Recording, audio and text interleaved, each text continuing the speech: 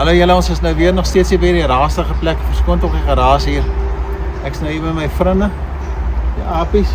Hierdie goed beklei verskriklik in die natuur. Hulle kort soek hulle skoor met mekaar en hulle haak mekaar en gaan maar woes soms, jy weet. Soos partykeer miskien in sommige van ons huise ook.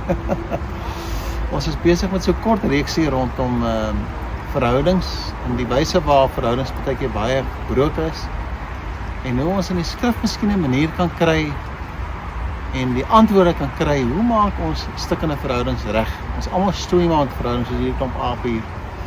En ek het gewonder of ons weer 'n bietjie kan kyk na die skrif in hierdie verband as een van die fondasies waarop ons kan vashou, as ek kan leer. En ek wil nou eers hierdie hoed nou eers opsit vir hierdie ou apetjie hier.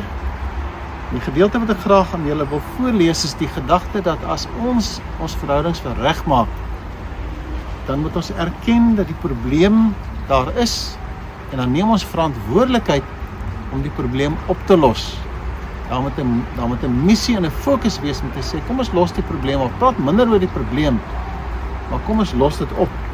As 'n mooi teks in Matteus 5 vers 23 en 24 wat die volgende sê, as jy dus jou gawe na die altaar toe bring en daar byval dat jou broer iets teen jou het, laat staan jou gawe by die altaar en gaan maak eers vrede met jou broer en kom dan terug en bring jou gawe.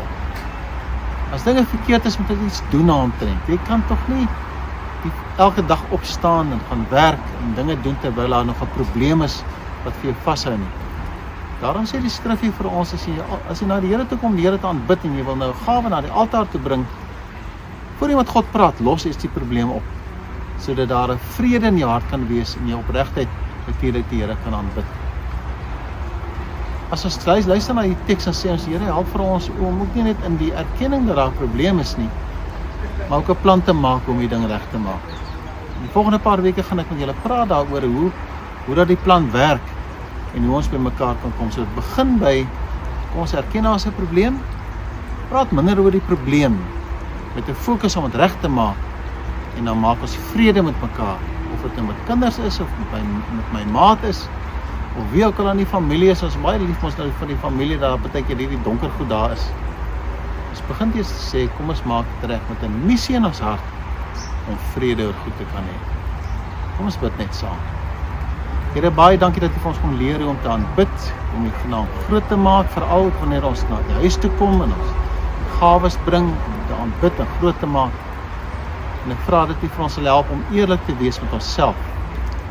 Dat U vir ons sal help, Here, om nie net vas te bly in die probleme nie, maar te soek na die oplossing. Ons is lief vir U, ons vra wysheid, ons vra gesindheid, ons vra hartsverandering, ons vra liefde, en help vir ons, Here, asseblief, om die stikkende goed in ons lewens reg te maak, vir alles wat kom by verhoudings. Ons eer U daarvoor. Amen. Wanneer mens 'n kind van die Here is, dan is jou missie om God te behaag. En God wil hê ons moet in vrede lewe. Die verhoudings moet regkom. Soos ons in vrede onder hierdie apies nou wil hê, ons is maar baie moeilik, jy weet wel, dit nie mos nou net die Here nie, jy weet. Maar kinders van die Here dien ons die Here. Partykeer as ons 'n klomp ape, ons maak ons harte hard. Ons wil nie hoor wat die Here vir ons sê nie. Kom ons leer vergewe. As iemand iets aan my verkeerd gedoen het, die inisiatief van vrede kom van ons af. En ons vra dat die Here vir ons help om daar die liefde wat hy vir ons gee in ons harte daarvoor.